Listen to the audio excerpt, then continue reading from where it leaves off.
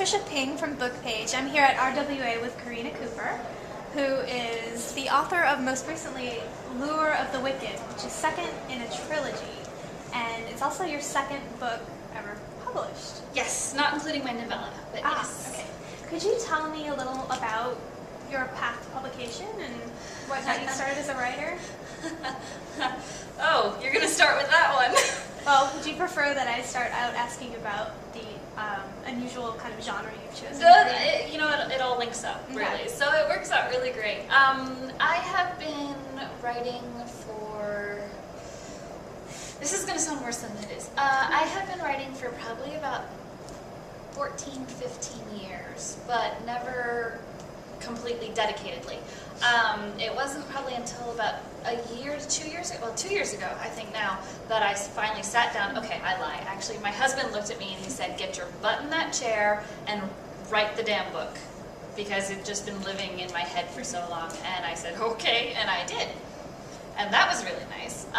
But I started reading romance when I was 13 years old. And I started with Joanna Lindsay.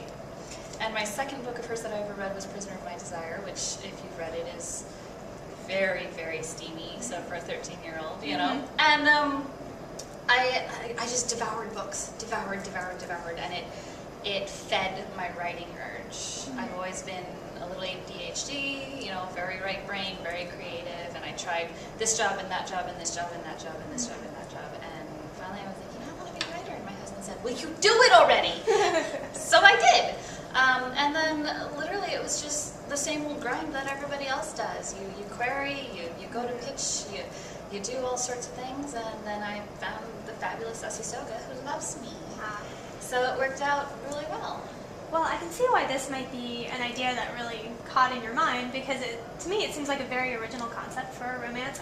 Paranormals have been big for a while, but I feel like your series is more like post-apocalyptic romance, if you can call it that, because it's set in America and there are witches involved, but it also takes place a generation or two after a horrible it's about 50 years cataclysm that is earthquakes and kind of environmental disasters that have really changed the country. I like to call it Mother Nature Shrugged. And each, I really had a lot of fun researching the locations of these big cities that I want to get hit, Paris and New York and Seattle, and that I want to say we, but we're in New York, so that doesn't work. But where I live, which is near Seattle, we're on one of the worst subduction zones ever, and it shocked me when I was researching it how much potential for catastrophe there is in that area.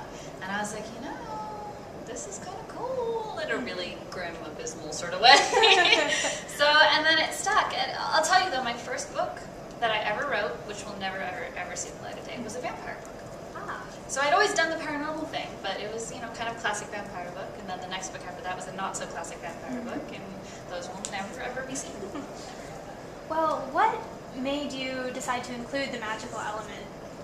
Or did it just kind of start building that way?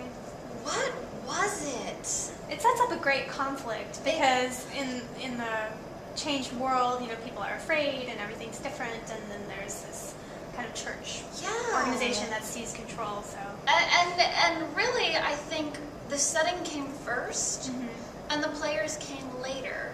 So I thought it would be just epic to have this awesome city that just goes up and up and up, and kind of a layer cake. So it's like, like that, and you've got all these lower levels that, the internal ones never see the light of day, and all of that. And I thought, well, okay, that's great, but what do I populate it with? And I'm like, well, I almost did another vampire one, I have to admit. I almost did another vampire one, but then I was like, really, come on, like big city vampires, that's a gimme. What isn't?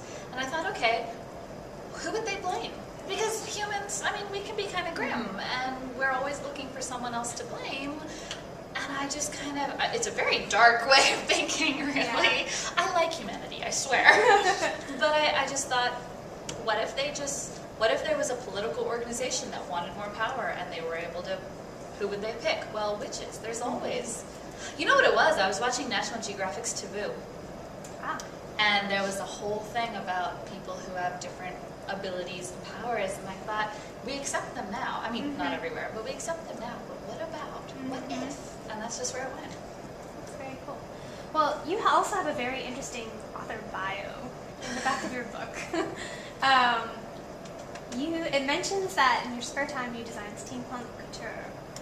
So, can you tell us a little more about that, because I found it very interesting. Everybody comes back to this. It's very interesting. So here's my story. I've got a story for everything. I'm very convoluted. It had to be about a year ago or so. My husband and I have always been kind of on this fringe. We're gamers. We do live action role play, all of that stuff. And we really got into the steampunk scene. And for people who don't know, steampunk is, you can kind of explain it in a very convoluted way, which is the future of a history that never was.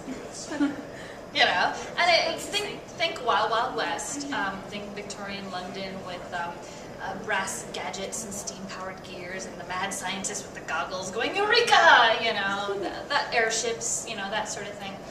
And I just, while I was waiting to get published, while I was waiting to hear words, while I was waiting for the call, you know, I was like, you know what?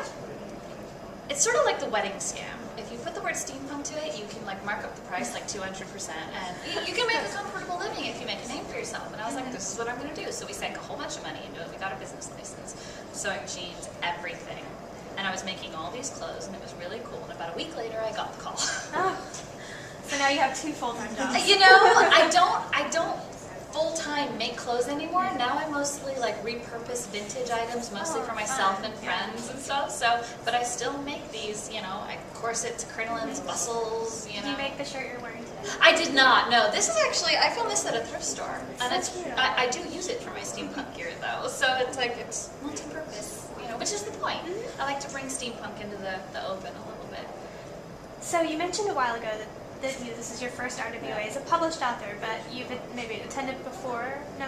Oh, I don't know my bad time. No, I'm a first timer, yeah. Well, what's your favorite thing about the convention so Oh my god, I have to tell you. It sounds far? This sounds like it's going to be a good story. Well, first of all, because she's sitting right over there, meeting my editor was awesome. Phenomenal. But it's so weird to be me right now, because I feel like I'm watching myself from over there and watching all these people actually come up to me and say, oh, we know you from Twitter, or we heard about your book, or the Avon Spotlight mentioned you and we just had to meet you. And I'm thinking, really? Why? Like, it's just me, right? I'm just me. So sitting at the Avon signing this morning and literally getting mobbed by people, and a year ago, I was the one going up to speakers going, I hope you don't think I'm weird, but I really loved it, and it was so inspiring, and I'm so glad to know I have questions for you, and now they're doing it to me. And I'm like, oh, that's what I looked like. And it's not bad, it's just, you know, so really just meeting these people and going, how the hell do you care about me? You know, I'm just me. Is just, I just love it. It's the best feeling, and having them say, you helped me, like you helped me understand, and I'm like, I love you. You know, like, I want to take you home.